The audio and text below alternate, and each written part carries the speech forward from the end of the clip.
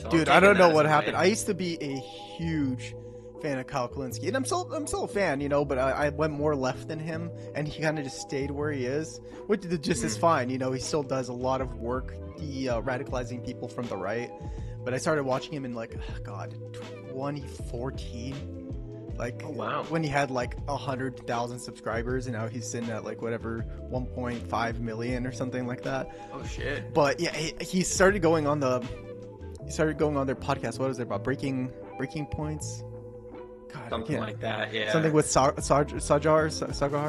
He's like, I don't even Yeah. know how she does it with him, Crystal. But I'm like, whatever. They make it work as long as you're de-radicalizing some right-wing fuckers.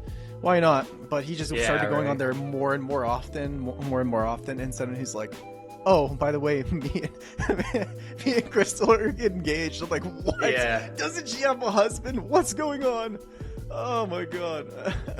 That was I never I kind of just observed them or saw them through like periphery. I was never like a big follower of the show or anything, but I remember Yeah. when that blew up.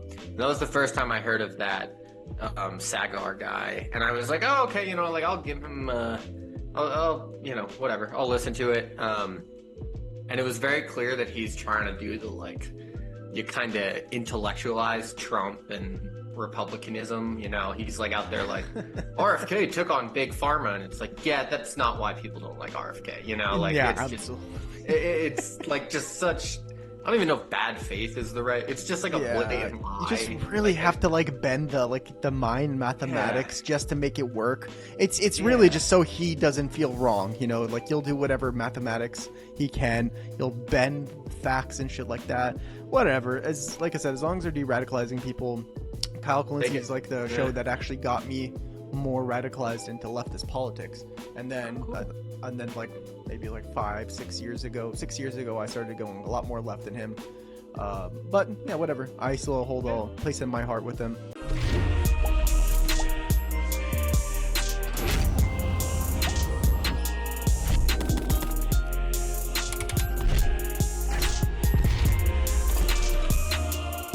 Before we get to the video, please like, comment, subscribe, share it to that uncle who's a communist. And if he isn't, he will be. Don't forget to follow us on Patreon at patreon.com/revolutionary rhetoric. And Revolutionary Rhetoric is an affiliate of the Anti-Capitalist Podcast Network. All right, let's get to the video. All right, guys, this is episode 60. The big 60. I say the big whatever number every time the podcast starts. This is Joe. Is this Mayall? Mayall. Mayall Yes, sir. from JoeWrote. So, I guess you're an independent journalist. Is that what you consider yourself? Yeah, I call myself more of a writer. Like I've done journalism, but the bulk of my work is kind of like, analysis, pulling from like journalistic practices, right? Of just, being able to cite your work, explain your work with real examples, help people understand what's going on in the world. That of course involves, research into current events, politics, people, whatever. But I'm not like breaking news every day or anything like that. See, yeah. well, we really try to do like a weekly, like breaking news podcast. Well, not necessarily breaking news. We try to keep up with the news weekly, and then kind of give like a summary of like what's happened, and then try to give us like this Marxist analysis of what it all means, the interpretation of this world imploding on itself. But then we like to switch it around, and we did a book review on Michael Parenti's book. Oh, God, I forgot what it's called. I'm blinking. But Black Shirts and Red. yes, Jesus Christ. Yeah, Yeah, okay. my memory is shot, man. I don't know what it All is. good. But it's all the weed or whatever. But but then we also took a trip down to Boeing here in Everett, and we did like audio interviews only because nobody wanted to be on camera, which is these two guys walking with like this whole camera set up, mics and everything. It was kind of awkward, but at the same time, it was so fun. I want to do it again. So we tried to break apart from just that, and then, we interview people that are relevant to our podcast, such as you. And so, yeah, it's weird because like I want to call myself a political commentator, but I also want to start going more into like a journalistic perspective. Do you see yourself going to like a certain aspect, a certain way into the future? I'll be honest. I started out because I was freelancing. I'd write for I've written for like magazines like the Progressive Magazine, Jacobin, that sort of Yeah, I saw stuff. that. That's cool. And yeah, yeah, and just freelancing. I it's a combination of I wanted to help people understand like how I see the world, which is a worldview very similar to yours and what is represented on this podcast. And then also, if I'm being honest, I think 20% of it was like me needing to get my thoughts out of my head because I was like, Yeah, if I just keep like dude. all this like all these Honestly, thoughts in same here, way. yeah, Same way. I'm like ranting to my family. They're like, dude, just start talking on a camera. Just like yeah, stop, leave us alone, and just expel all that extra energy into yeah. into something. And I'm just like, you know what? That's great because I was streaming before, but it was Oh just yeah. games and stuff like that. But I'm like, this is just playing the same game over and over. I was playing Apex Legends, and I was just playing over and over again. And I'm just like, I want to do something more meaningful. And I've been wanting to do politics for like 10 years at that Mm. point, and I'm like, all right, let's do this. And I joined CPUSA Seattle branch maybe like 2 years ago, and then I stopped going after a year. But I met my co-host there, and then we kind of both left CPUSA because they're a bunch of libs, and the upper upper management is kind of pretty much liberal, and so we just didn't see eye to eye, and we both left. But yeah, that's how I got to meet him, and we're like, all right, let's do this, man. Yeah, and it's been that way ever since. But dude, I've been looking at your website, and shit, it looks so professional. I love it. It's like how I that's the first time I've ever been called professional. I'll take it. I know it looks professional as hell. Like Yeah. that's straight up on All your right. chat portion. Do you have that just like tied to your like Twitter account and all the other accounts, and it automatically just posts? Ooh. I'm trying to remember. How does that Let me work? see. It looks so cool. Um, I I don't know actually. I don't know if I've ever gotten a chat through it. I'm sure I set it up back in the day and then, never people hear all my thoughts on what I write and Yeah. whatnot. So, Well, I guess that's uh, just another question. How long have you had that website, or how long have you been doing this in general? I think I like started the Substack like back in 2021. I didn't really take it seriously until I think like the end of 2022 or maybe the beginning of 2023. I'd put something up if I, had a random thought or something, maybe once a month. So I've kind of been doing it like a little bit more consistently, at least on a weekly basis, and I'm up to bi-weekly now for about 2 years, I would say, about two, maybe 2.5 years. So it's been a lot of fun. I'm certainly a lot better at it. Like I'm sure this is the Yeah, same with your podcast, of but when I course. go back and read what I was writing, years ago, I'm like, ooh, that is so bad. I like either got to fix I this feel or like take that's it with down. anything, though. Really, that's with anything. It's like anything you start, you got to start somewhere. You know what I mean? And you're always gonna cringe at your old posts or your old videos, your old content. But like, you take a look back and be like, wow, how much I've grown, and still Yeah. nobody watches me.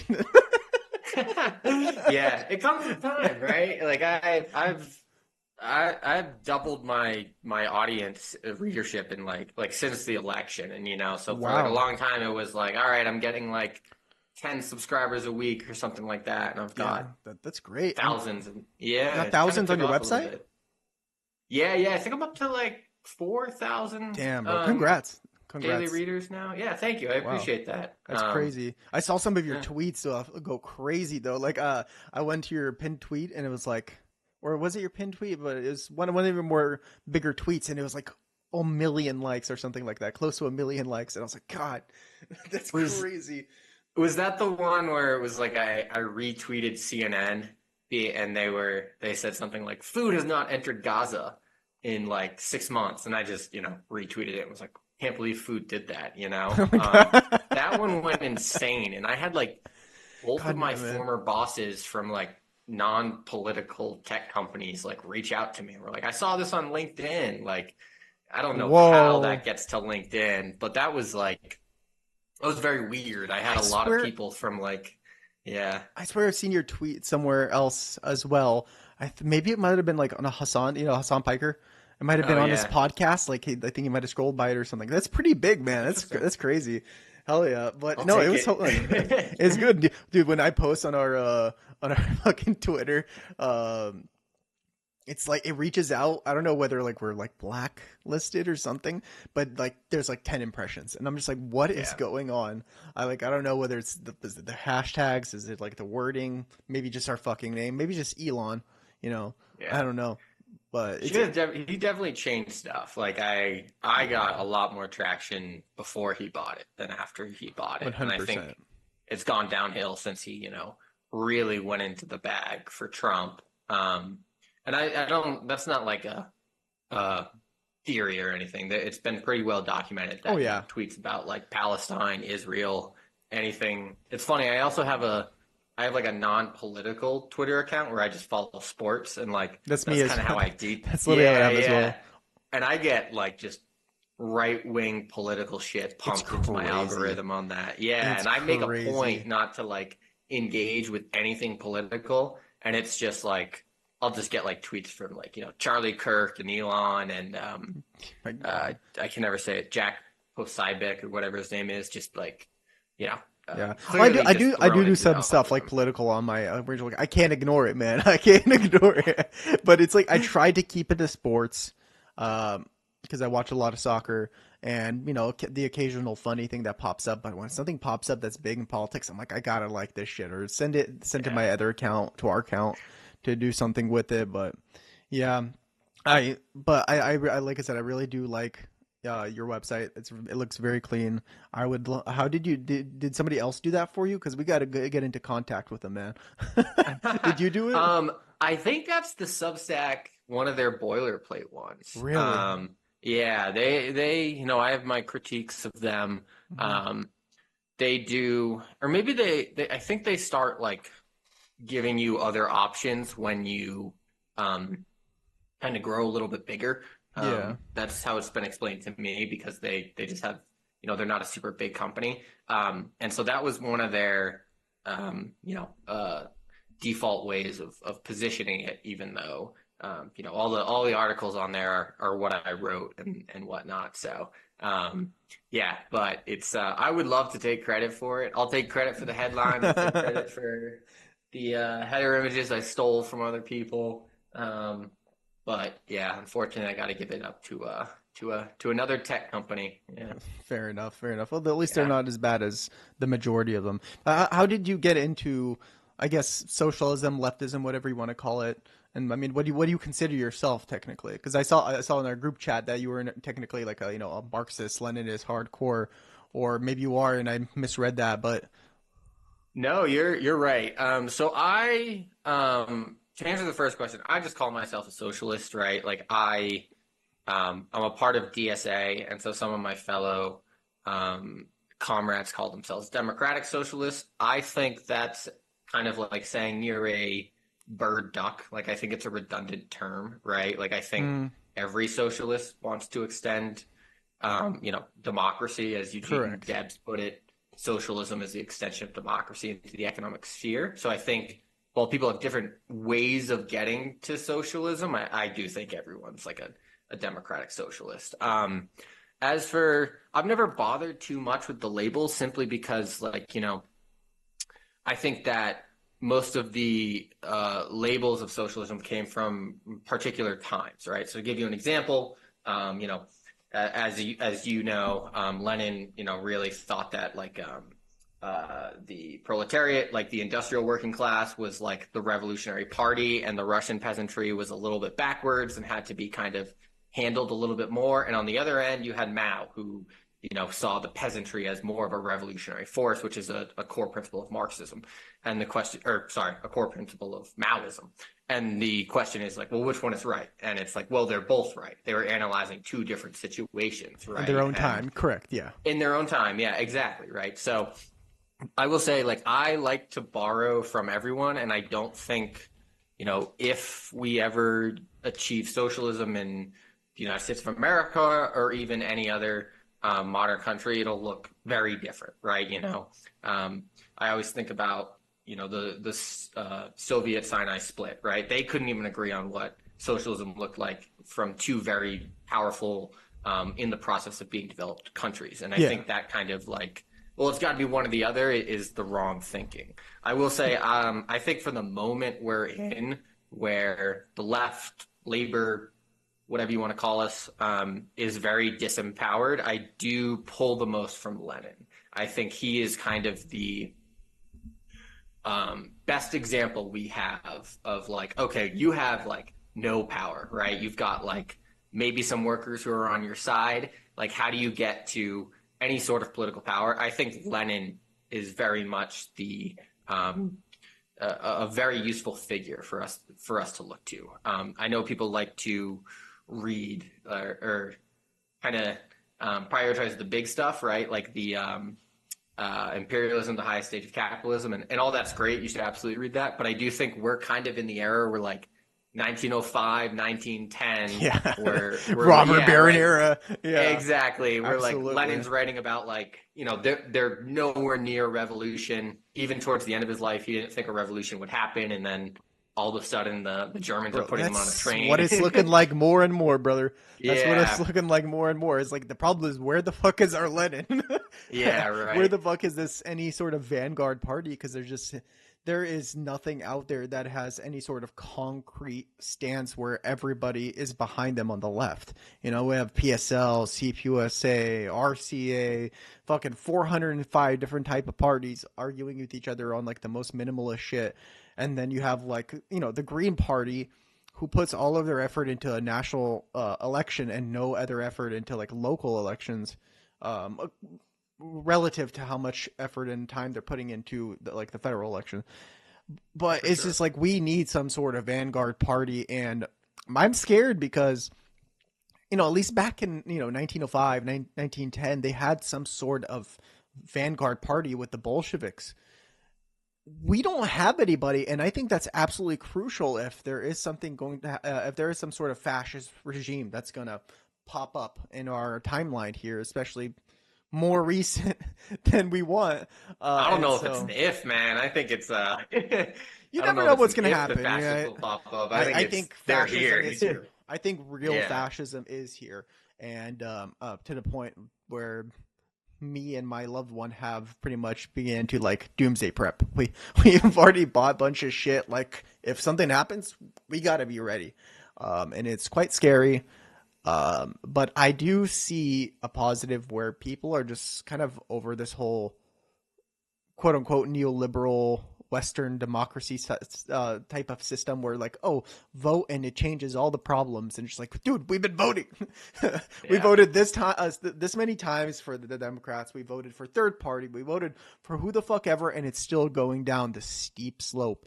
And so at this point, in my thought, and I'm sure in my co-host's thought as well, that it's going to have to be like a revolution or some sort of civil war. I mean, it just looks like we're heading down that path because, I don't know if I've seen the news or not. I'm sure you have.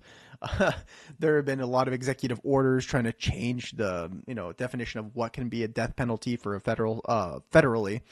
Dude, did you see that recently? They added. I did not. So they tried to get this passed, and I don't know if they can pass it through executive order, but they tried to include what is viable for a federal death penalty. And one of the things was illegally inhabiting a space in the United States. So if you're an illegal immigrant, it's enough for the death penalty, right? Man. And we're sending people to Guantanamo Bay for being an illegal immigrant, whatever the fuck that means. And that's just scary. I just feel like we're replaying the fucking 1920s, 30s fucking Hitler book. Yeah. And I just think, I haven't found too many people on the left who are reluctant to, do as you did and call it outright fascism.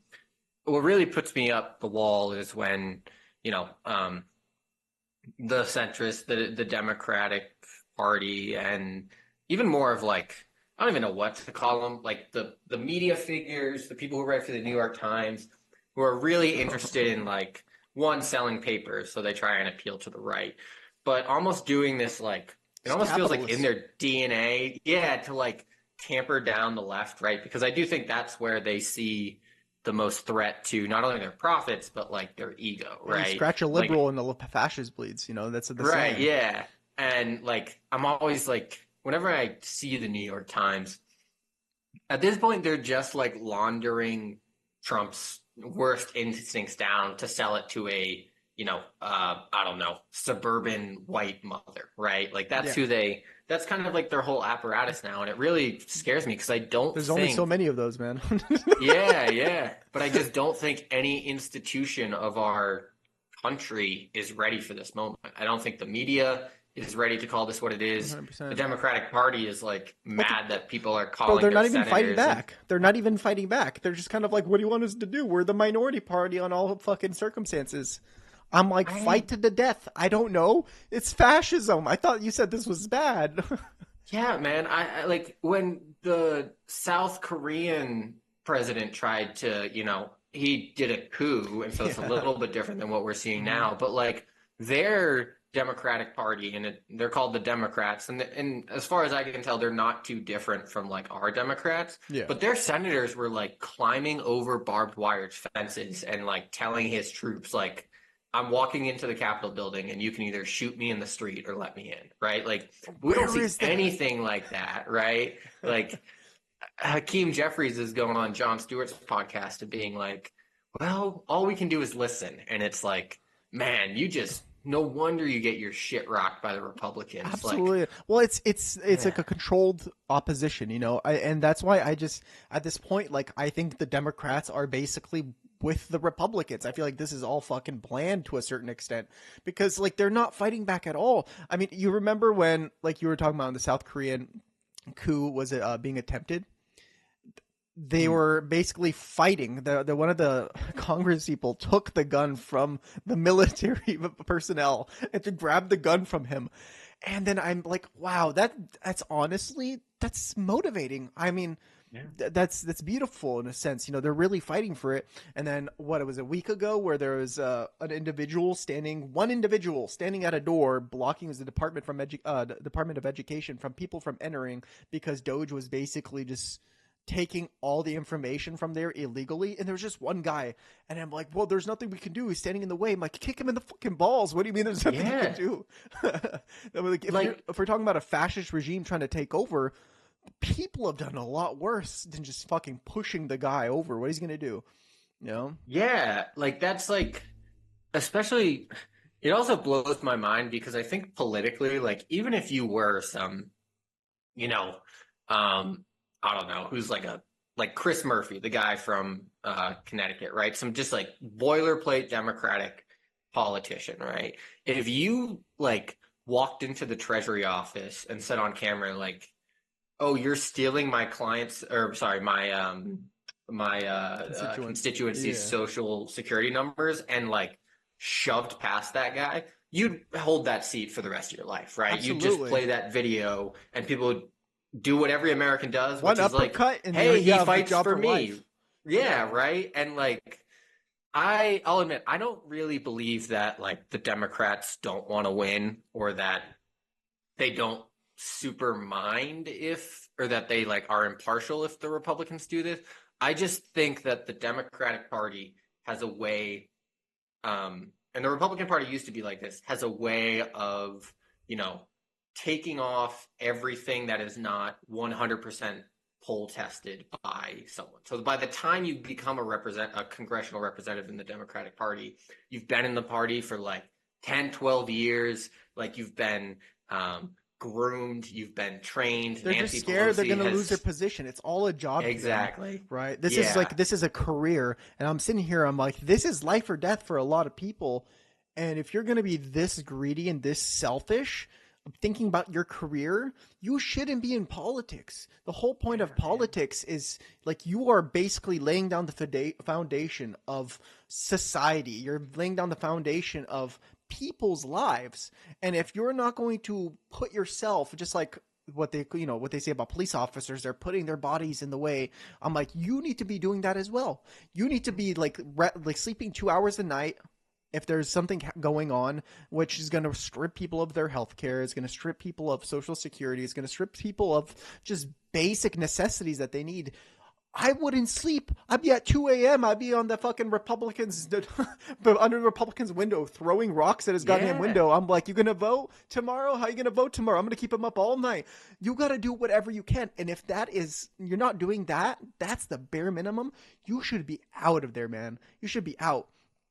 Yeah, I'm sorry, but like, this is not for you. This is not some corporate fucking job where you're making $150K a week doing stocks or something. Yeah. This is people's lives. So yeah, the bare minimum. And they can is go a high get bar. those jobs, right? Like any one of them can leave and go walk into some sort of, walk into Wall Street and they'll be fine. And I think it's like you said, like, it reminds me a lot of cops where it's like, well, like, I was scared, right? And it's like, well, then get a different job, right? Yeah. Like, this is not for you. You're not cut out for it. Exactly. That's fine. I've tried jobs that I'm not cut out for. Sure, we all have. You move on, right? Yeah, right. But no, these motherfuckers end up being the lobbyists that turn around and talk to the same politicians to get swayed to not do these things, right? I don't know. Yeah.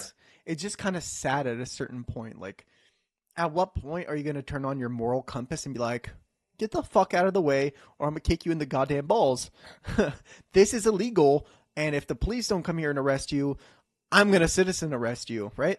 You would keep your job out. Like, how do you not have like the political cognitive sense of like, if I do this more radical thing, I'm going to be, I'm going to have a job set for the rest of my life in this position. Instead, they're like, ooh, I don't want to. Ooh, what if the Republicans get mad? I'm like, fuck them, bro. They're fascists. At this point, it's like, I'm thinking you might be too. I don't know. This is why, and I've toyed with this idea for a while. I want to start a political consulting firm where every day or something like that, I bring in 3 random Americans off the street and just ask them, like, what's a big deal in your life, right? Not like poll testing where we test like millions of people with like high performing or like really sought after questions and, try and deduce what they really want and just have a conversation with a guy and basically tell candidates to do whatever they want. No other like party apparatus, no like high paid campaign manager, anything like that. It's me and the people I find walking into your building, right? Yeah, like if I'm like, hey man, can I just borrow 15 minutes of your time? Like I'll pay you $20 or something. And then that is how we would advise candidates. And I think they do a lot better than whatever is going on now. But I just think that's purposeful. Like, they don't do it. 1 second. It says I'm running out of time. Apparently, you have to be a workplace pro to do more than 20 minutes at a time. That's crazy. What is it? Interesting. Yeah. I'm going to end it and then start it again.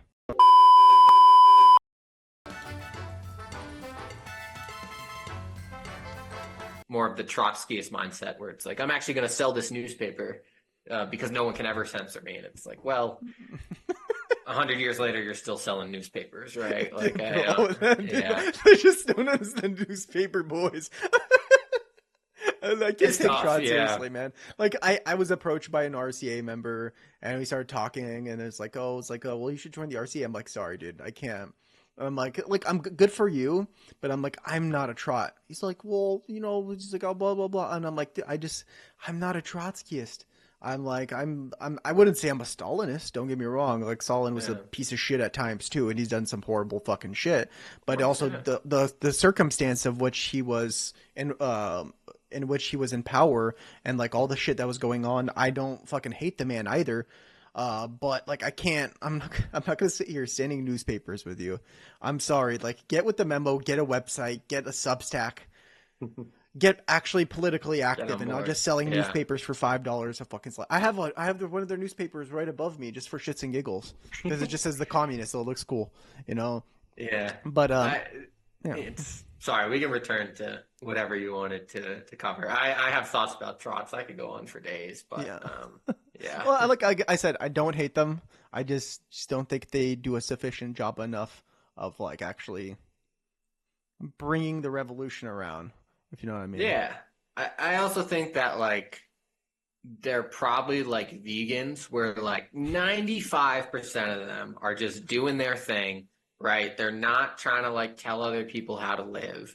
whatever, but it's the 5% who go like way overboard, super active online, and like, the people who are like, if you eat meat, you like are basically a worse than a child killer or child murderer or something. Like I have the Yeah, same bro. experience with trots where they're like, Dude, oh, well, if you join an that's what the established homeless romantic union, was saying, or the yeah, hopeless, whatever the fuck his name is.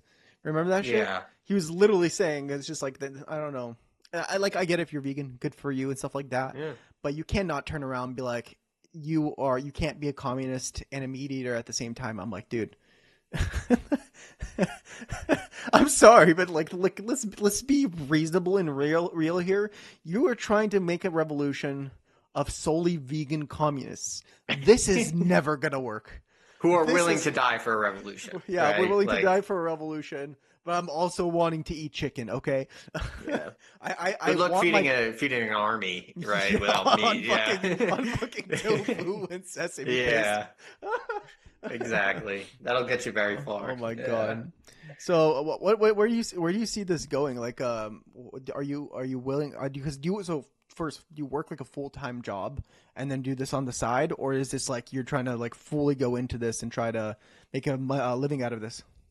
Yeah, I would love to make a living as a writer. I'm definitely not there yet, either with my Substack or my fiction or my freelance work. I don't have a consistent full-time job. I do like marketing contract work, so I'll pick up Mm. like, 32 hours a week, 20 hours a week, whatever the client wants. And then I make a decent I make some money. I'm trying to figure out how to frame this.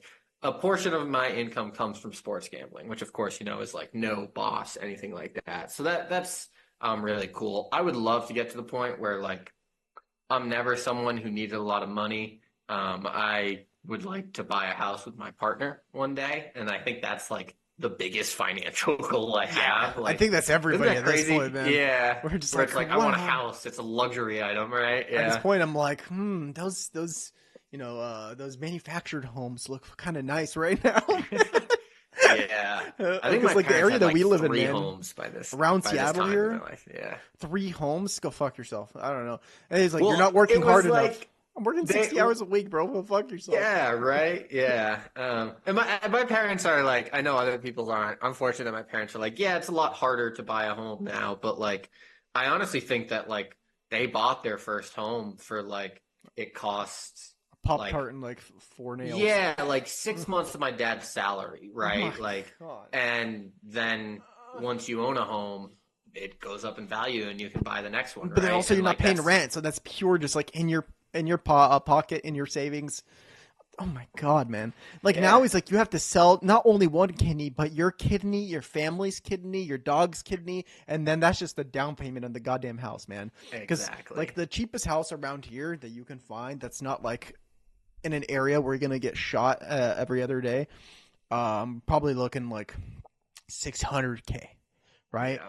And if you're making 50, 60K, there's just no way you're gonna save up on the side for rent and everything, even the down payment.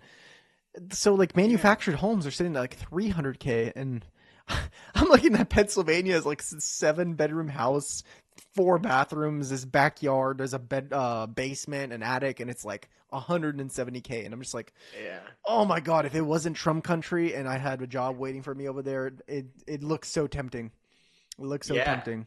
I don't blame you. I'm in Denver, so I think we're probably in the same boat around Seattle. Yeah. It's like I minimum is like 500, I would say. And the problem is like, I always think about how like you said, the I'm sure some if like a conservative would listen to this, they'd be like, "Oh, well, like you should do the thing and like move." Um, but the problem with that, and I always found this to be the same problem, is like, "Oh, well, if manufacturing jobs go away, like the steel workers will learn to code and move to Silicon Valley, right? Like it's just Yeah. not. It might sound good in a textbook. It's not how people live. One, a lot of people don't have the money to move, right? Yeah, Flying you all have to your save stuff, up. your family. Yeah, right. Two, like it's not. You're further away from your family. Maybe everything you know. Is your It, job available at the other spot? exactly. That is that Yeah. industry there? If you're a tech bro and it's still too expensive here, you can't move to fucking Wyoming. Yeah. There's no tech industry in Wyoming unless you're like making websites for cowboys. I don't know what the fuck to tell you. Like, Yeah. I'm in the biomedical field for research, and it's like, where am I gonna go? Like, there's no Good luck in Pennsylvania. Yeah, Yeah. exactly. So just like, what the fuck is like, I have to stay in certain areas because that's where my opportunity is, but those areas are always expensive. So it's, you got to work with what you have. And, back in their day, they're like, oh, I made, there's like, I was only making 20 grand a year, but I'm like, yeah, but your house was worth 100 grand. I make Yeah. 50, 60 grand a year. And the cheapest house is like 600, 700 grand. So it's like 3 times the price, 4 times the price. It's like, there's Exactly. no way you can. And then on top of that, rent is crazy. So by the time you pay your rent and your car insurance, your car payments, blah, blah, blah, blah, you're like, I got $300 that I can save. And then your microwave breaks and you're just like, fuck, there's $150.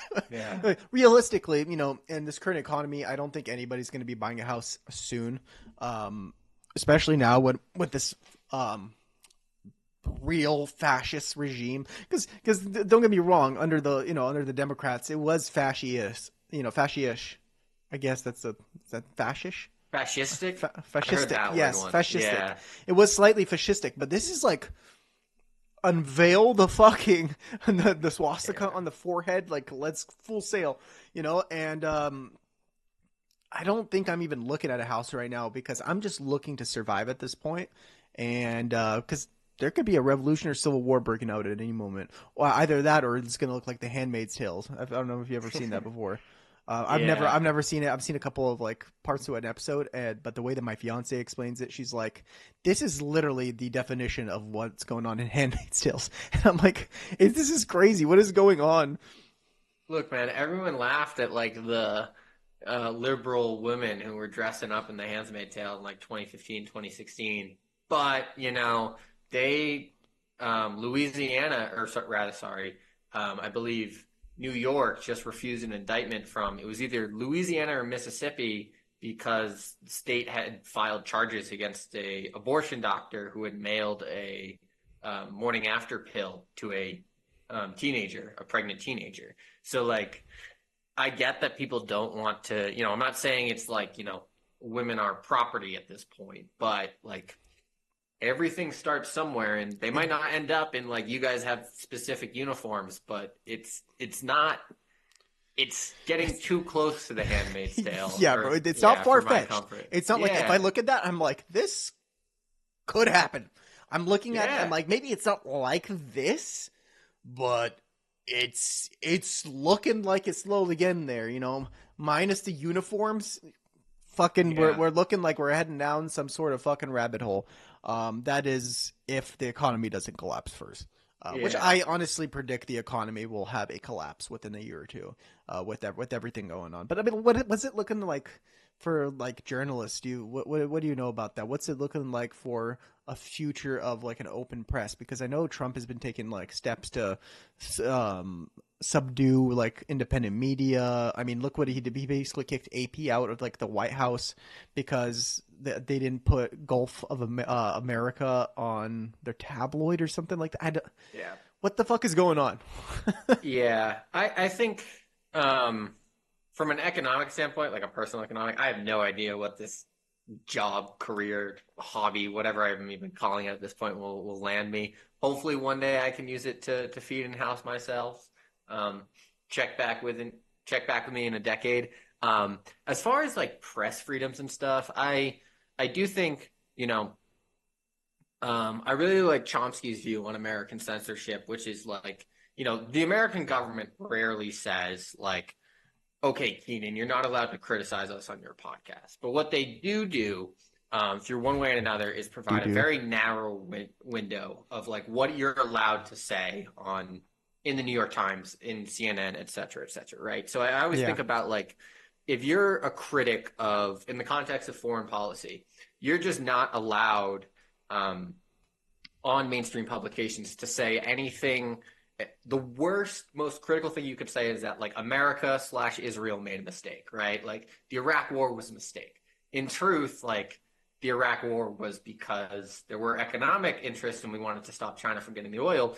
But in reality, like the country needed something to vent, right? And Thomas Friedman said this after the war, like we needed to beat a Muslim country with a big stick and show them we're the cool kids around We're the here, new right? Teddy Roosevelt, except without a conscience. Exactly. Yeah. And so I think what we'll see under the second Trump administration is more of that, right? So like um one of the executive orders, which I believe you guys talked about in your last episode, was anybody who quote unquote supports Hamas and is here on a visa is deported, right? So Yeah. really what that means is speaking out against Israel. If we have a way to deport you, we're going to deport you. And I think where that like real silencing comes from is when media institutions buy into that, right? Well, like the New York Times will start being like, we'll print Trump is deporting Hamas supporters, right? And now all of a sudden, because just like anybody else, any other population, Americans like kind of do take their daily politics from the so-called thought leaders of our society. It'll start to be like, oh, well, anybody who criticizes Israel should be deported, right? Like that's the type of reaction you should have. So someone like myself who says like, Israel does not have a right to exist, just like no state has a right to exist. Yeah. Like I'm now in the same category in their mind as someone who's so dangerous that they should be removed from the country, right? Yeah. I also think we'll see a lot of COINTELPRO style programs against specifically Palestinian or pro-Palestine protesters, but anyone else. There's been plans to, of course, That's if they can identify us. Yeah, that's a good point. Unfortunately, like I said, I've signed my name to everything I wrote, so there you go, man. Yeah, I'm ready, bitch. Let's go. That's your prepper stuff you were talking about. Yeah, absolutely. That's not a bad I figured idea. they were cheap, and I was like, never know that there's a fire going on or something. It could be useful. Also, probably it just makes a cool prop in general. I got a whole wall Lord of the Rings shit back there. But since we're on the topic of Israel, I wanted to get your opinion on what is this actual chance that Trump's decision to basically just ethnically cleanse all the Gazans out of Gaza is. What's your opinion on that? Because I'm looking at the situation and there's basically a man stating we're just going to move 2 million people out of their homes and nobody's going to do anything. He just kind of made the statement, and I'm kind of just dumbfounded. They're basically doing what Israel was trying to do, but just with a swipe of a pen. Like I don't know. What do you think? I don't think it's just Trump talking out of the side of his mouth. Like Israeli real estate companies, and specifically Jared Kushner, Trump's son-in-law, has been very vocal about the need to, colonize Gaza for beachfront property and also oil rights. There's a lot of oil rights off the or oil deposits, I guess would be the word, in the Gazan Sea that, of course, the Gazans are not allowed to access by the Israelis. I don't think it's nothing. I think the one impediment Trump will have is that the Egyptians and the Jordanians, famously, like, for all their bolster, they are dictatorships, right? Jordan's not really Jordan's technically a monarchy. Kind of monarchy? Yeah, right. Egypt, I guess, is some sort of pseudo-democracy, republic. I don't know. Very hard to put it together. But like they don't want to accept a huge population of Palestinians because that will disrupt their politics, right? They'll probably see another version of the Arab Spring if millions of Palestinians are just ushered into Egypt. So I do think that's the obstacle. That being said, Egypt and Jordan receive tons of money from the United States in like defense contracts, defense aid. So, Trump has no qualms about saying, like, he'll literally say into a camera, like, if you don't help me, if you don't take 1 million Palestinians, we're not giving you any more F-16s, right? And of course, especially for Egypt, that's how, they use that to suppress their own people, right? So like that is kind of like a lifeblood for them. So it's gonna come down to like what the Egyptians and the Jordanians think is in their best political chances. Yeah. But I think if they weren't there, like Trump would absolutely, and Bibi would have no question. I mean, this has always been Israel's plan, just to Yeah. make life so horrible that the Gazans leave. Yeah, Right? because the West Bank after that, the West Bank is next. They're just waiting. I mean, they've already advanced past the Golan Heights in Syria once that the government fell apart for like a couple weeks before it had like Yeah. a new government reinstated. Yeah. And I was just one of the episodes, I think it was like 2 or 3 episodes ago, I was like, why if Israel really has this legitimate claim of like this was our homeland, this was our holy land, this is like where we need to go back as Jews. Well, the part that you just took past Golden Heights has nothing to do with Israel or Judah or whatever the fuck there was 2,000 years ago, 2,500 years ago. So what is your what's your excuse then? What's your excuse then? You know, because they're like 100 miles off of Damascus. Yeah. So yeah. I don't know, Sorry, go for it. Sorry, no, you're all good. Yeah, I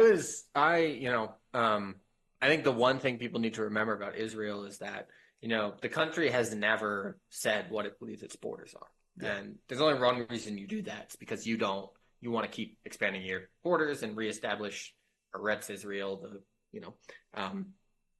biblical, I guess is the word. But as far as I can tell, like Zionist scholars can't even agree on what Eretz Israel is or where it is. And so I think it's more of like a manifest destiny mindset than an actual like let's get IDF tanks to these points.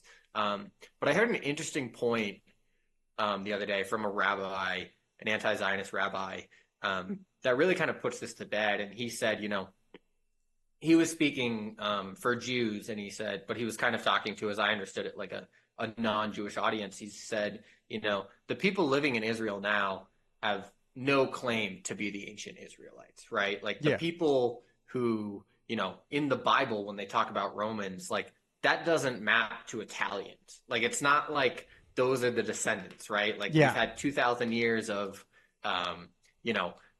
marriage and childhood from, I don't even know what you want to call them, mixed race, mixed ethnicity, whatever it is. Like these aren't the same things, right? It's no different than like, we could all claim to be from Africa because every human is from Africa. Well, right? The point I like to make is like, imagine you're an Italian, you just show up to fucking southern England and be like, this was our 2,000 years ago. We were here for 500 years, then be like, this is now Italy.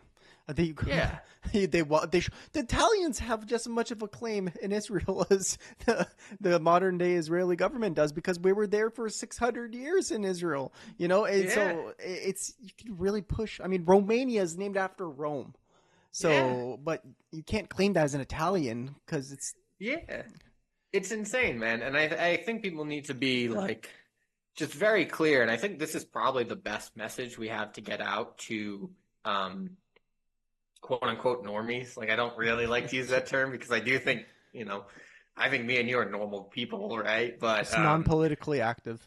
Yeah, exactly. Where, it's crazy that it's reiterated every time Trump or Biden's State Department ghouls are asked like Israel drone strike to preschool today. Like, what do you think about that? It's like, well, something, ancient home of the Jewish people, right? Yeah, they throw in the Hamas thing, but they always say, like, Israel has a right to defend itself. It's not an invader, and it's, And, like, the thing is, like, well, if you look at history of that area, right, like, there was the Israelites, ancient Judea. There's no denying that. But before that, the Persians were there.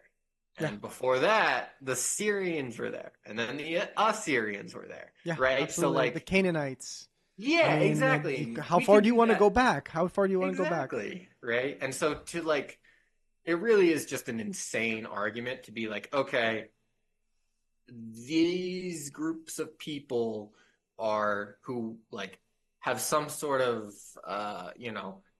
religious, cultural claim to this land at this specific time are the natural owners. That's not how anything works. And I think just pointing out, and this isn't Judaism, this is Zionism, right? This is 19th century invention. We know exactly who it came from. It came from Theodor Herzl. He was an Austrian-Hungarian who, you know, first brought the Zionists to Uganda, and that didn't work. And he wanted to go to Argentina and form Israel there. And then the English said, okay, you can have Palestine, right? And I think just pointing out like how insane this is really, in my personal experience, the best way to get across to people who have just been like, you know, as you were saying Yeah, earlier, it's kind of hard to blame someone if they're like, we defend Israel, because that's just yeah. been hit over their head every Absolutely. day since they And you were can see it two. changing as things are getting out into the open, as information is kind of more readily out and on social media and people are sharing.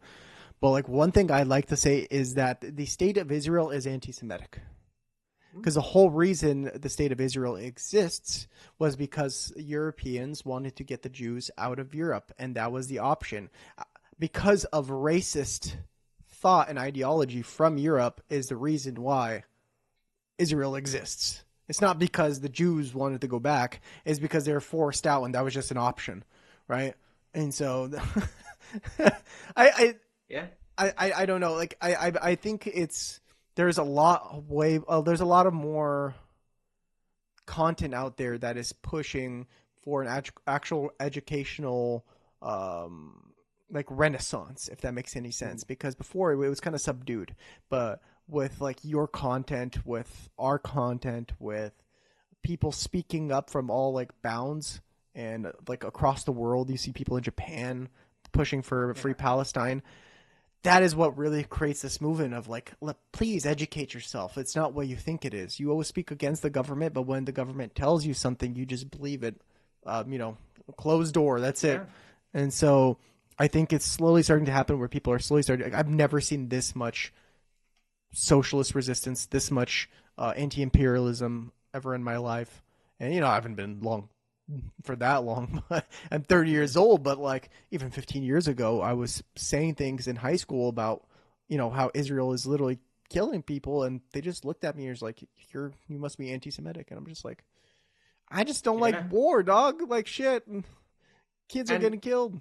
yeah, and like you're right, right? Like on both a, you know, historical, super analytical level and both an everyday common sense level, Zionist is an anti-Semitic ideology, right? Like Theodor Herzl, like agreed with the anti-Semitic claim that Jews were a permanent other and could never assimilate into European society. And it's no coincidence that, you know, the Zionist project in Palestine began with the Balfour Declaration, Yeah, and that's named after Arthur Balfour, who years before had like instituted an act in the House of Lords in Britain that barred Jews fleeing pogroms in Tsarist Russia to come to England because he just straight up did not like yeah. Jews. He was very clear about this, and so what Herzl did was like accept that argument and be like, yeah, you guys are right. If you help us go somewhere else, like we'll leave you.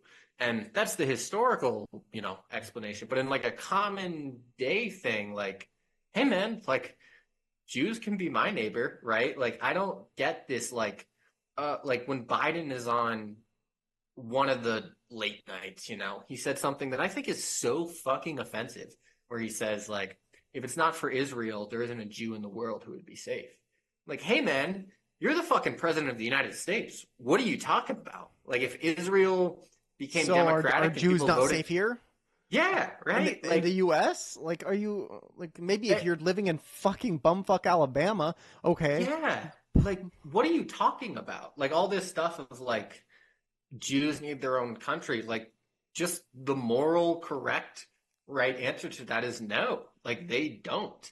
Like, even No. if you're a Zionist who thinks that, like, um, you know, in their words, Jews need their own ethno-national state and nuclear weapons to defend themselves. Like, the project of Israel has not succeeded in that, right? Like, Absolutely not. that is, Jews are, you know, Israelis are far more susceptible to violence than they are in America by, you know, a long shot. We're And gonna so be there's the most really, safe, surrounded by 7 people that hate us. yeah, like it makes no sense, right? And it's just, I think as long as we just keep pointing that out, like people will begin to pull those strings, right? Like it's Yeah. one of those things where it's like, hey, Elon Musk, you know, is cutting all the business or cutting all the government agencies that are investigating his businesses. And like, once you plant that seed, people are like, yeah, that's pretty fucked up. And I think if you can just be like, hey, like, this nation that's 80 years old doesn't need to exist. There's no point for it. And, it should just be a one single democratic state for everyone.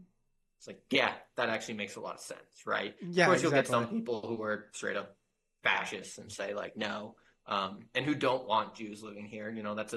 The neo-Nazi movement in America is very pro-Israel, Which for is just obvious like, reasons. it's dumbfounding to a certain extent. And it's Yeah, just like, it's like, if you really think Israel is pro-Jewish, and like, why are Nazis yeah, pro-Zionist? I mean, it is an oxymoron, and it's like, it tells you what, like, that the entire idea behind Israel has nothing to do with like the Jewish people. It has to do with imperialism and taking advantage of things. And then you see like the pro-Zionist accounts, they're like claiming ancient ancestral lands of the Jews, and it's literally like from Iraq to like mid Egypt, all the way to half of like Saudi Arabia to like parts of Turkey, and I'm just like, how is this?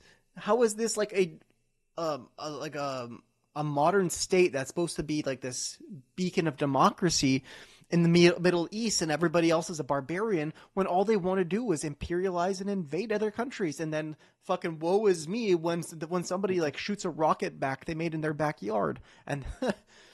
I don't know. I mean, it's very, it's it's I think with the internet, and as more people are, not succumbing to this preordained belief, I don't think it'll ever get there. I think the United States will support Israel for a long time. Um, I think politicians will support Israel far after we should stop. I think we should stop a long time ago, obviously, or ever.